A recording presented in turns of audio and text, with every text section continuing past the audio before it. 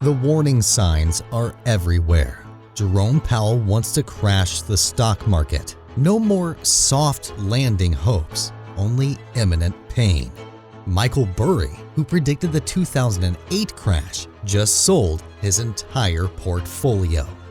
Let's learn all about it. But first, make sure to subscribe to Market Magnets and click the notification bell to not miss any of our following videos. The market is so fragile right now that it only took a few words from Powell at the Economic Policy Symposium in August to make the entire market panic. He said that the plan to bring inflation down would mean some pain to households and businesses. He then put the last nail in the coffin. Chasing down inflation will mean people losing their jobs, so the Fed is ready for a necessary market crash. The market may face the final phases of a massive super bubble, and Powell's policies may be the first thing that bursts it. Inflation is not an incoming danger anymore, but the first domino toward recession, since the Fed would stop at nothing to contain inflation, even if that means a severe downfall. This rhetoric full of rate hikes is a chosen policy. Powell is on a mission. The economic policy of the United States will be higher unemployment and interest rate hikes to address inflated food and energy prices. Inflated prices in the supermarket, real estate sector, and stock market are signals of a massive bubble that only happened 3 times in the last 100 years. Before it was 1929, 1972, and 1999, 3 significant crashes in history. Investors are overloaded with irrational exuberance. This happens when enthusiasm over a bull run that lasts more than 10 years on the stock market keeps driving asset prices higher than those assets' fundamentals justify.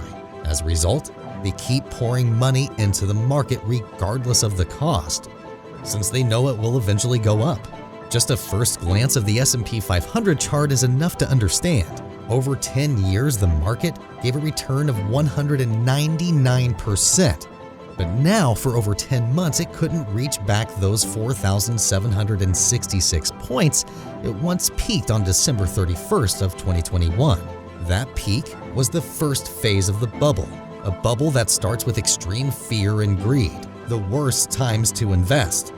When interest rates are kept too low and too high for too long, and greedy investors buy overinflated assets at insane valuations. Phase 2 is called a setback, a sudden stop when the same investors pouring money into the market suddenly see a massive global event that could stop that invincible bull run, so they sell off their assets quickly, which we saw in the last months, from January to September. And now, in Phase 3, a bubble is about to pop.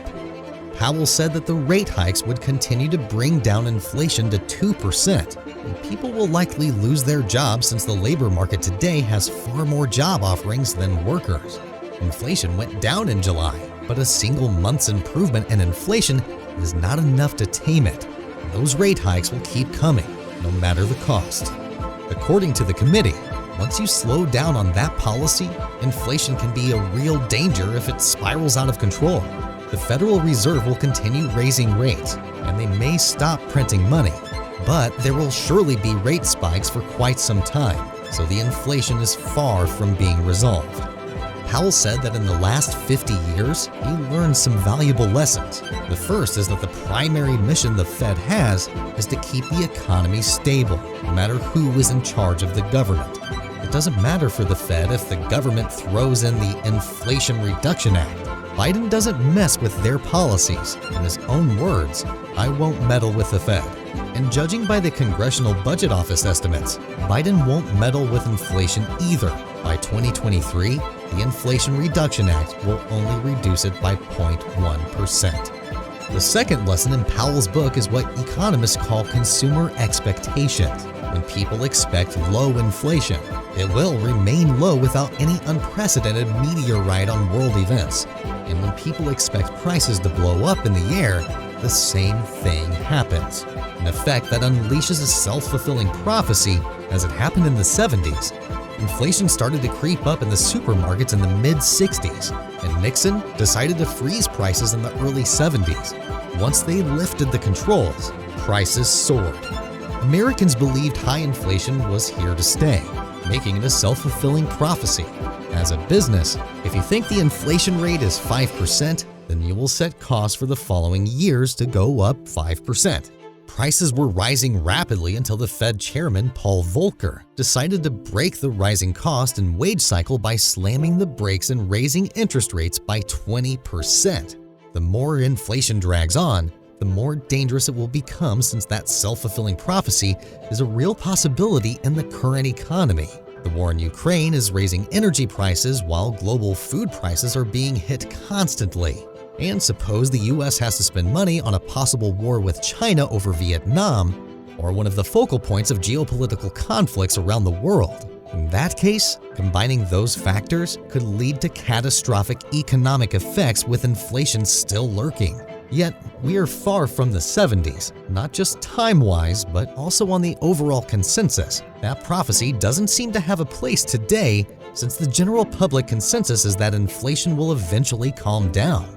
And the Fed is doing everything it can to keep it that way, destroying the inflation thoughts and fear from the general public, especially when they go shopping. It is paramount to keep it under control. Powell wants to keep increasing interest rates, no matter the consequences, and so far, the market hasn't taken him seriously. By increasing those rates, he brought demand down, and inflation seemed to be cooling down based on the latest reports. Lower inflation readings for July were good news, but they still fall short before the committee sees a significant change in trend. That's not enough to ensure inflation is going down.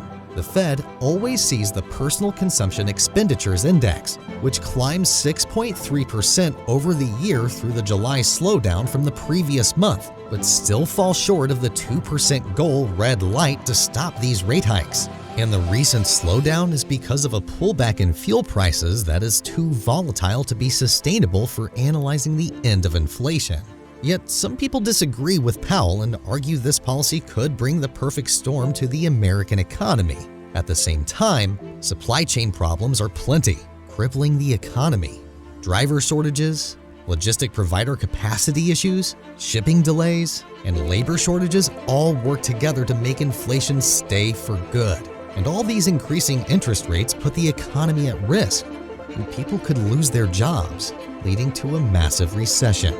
Powell doesn't hear critics when it comes to making a statement, and he will keep raising interest. The inflation report of September 13th will tell us where we're at on inflation, but the more this situation drags on, the more dangerous it gets.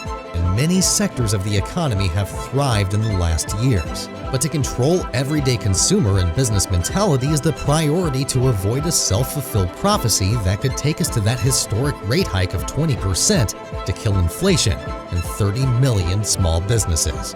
Powell wants to keep pushing those 0.75% rate hikes until people seriously believe inflation is gone, even if that means inflicting more pain on the overall economy. That's why many are leaving the market and stashing cash away. Right now, cash is king, and stocks will probably keep going down. If people don't take Powell's rate hike seriously, then inflation could keep creeping into American pockets. The market expects a third 75 base point rate hike on September 20th, lifting the benchmark to 3% to 3.25%. We all remember those old days when there weren't any raise. Now borrowing costs are increasing, which could be detrimental to growth. In Powell's words, the policy will soften the labor market and bring down inflation. Many are afraid that if this policy takes more months, it could stay in people's minds. And if there's only one policy to combat inflation, if that fails, everything could collapse in a matter of days. The likelihood of a recession rises if there is only one remedy for inflation. What will happen when external events shock the economy, as it once happened and continues to do so with energy prices and the Ukraine war? The more inflation lurks in American lives, the more exposure it will be to undesirable geopolitical events. Adding to that equation is the aggressive foreign policy Biden's administration is taking towards Taiwan and China. Anything that happens could be the last straw in the incoming recession. The market right now is anything but stable, and the truth is that the forecasts are getting worse. Last year, the Fed played with the idea of a soft landing, Everything was about setting the economy down gently, a soft landing, and not a big nosedive into recession. But another year has passed, and we hear no more aggressive remarks on the Fed's speech and missing goals. The current level of interest rates is far from over. The Fed said this is not a place to stop or pause, so it could keep increasing. The rates, according to the committee, should remain as they are or even higher.